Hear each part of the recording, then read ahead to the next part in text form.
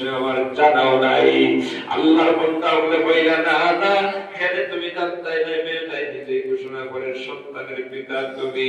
ও যুবক ভাইয়া, বাদশাহ ডাক দিয়া কইলা জুরাইর, মেয়েটা এবার তার সন্তানের পিতা হইলা তুমি। তুমি খেলে না করো, তুমি যে না করতাই, তুমি তার সন্তানের পিতা না, তুমি সন্তানের পিতা না বলিয়া তোমার কাছে কোন দলিল আছে রে? আল্লাহর ওলি জুরাইর রাহমাতুল্লাহ আলাইহি বলেন, ওই বেটার তার সন্তান আমার সামনে আনো। সামনে আনা হলো। আল্লাহর ওলি জুরাইর রাহমাতুল্লাহ আলাইহি ওই বাচ্চার দিকে ইশারা করিয়া, এইভাবে যখন বাচ্চার দিকে ইশারা করিয়া কইলা, বাচ্চা তুমি বলো তোমার বাবাকে, তোমার পিতাকে তুমি বলো। হাজার হাজার মানুষের সামনে ওই ছোট্ট শিশু নতুন জন্মগ্রহণ করেছে, ওই বাচ্চাটাই ঘোষণা করে দিল, আমার পিতা হলো ওই নাহাল বেটা, আমার পিতা হযরত জুরাইজ না। সুবহানাল্লাহ। ও যুবক ভাইরা, কত বড় আল্লাহর ওলি!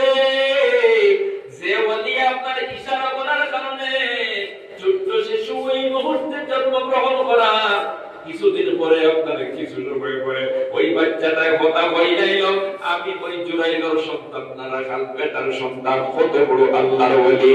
কিন্তু মায়ের বদদুয়ার কারণে কত বড় বিপদের মধ্যে পড়ে গেলাম, মুসিবতের মধ্যে পড়ে গেলাম।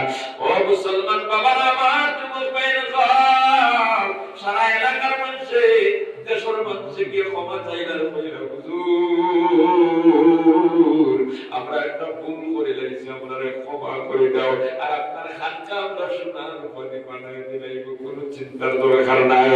হযরত জুরাইর রাহমাতুল্লাহ আলাইহি বলেন, না না, আমার খানকা আগে না পাটি দিয়ে সোনার মাটিতে বানায় দিলাও।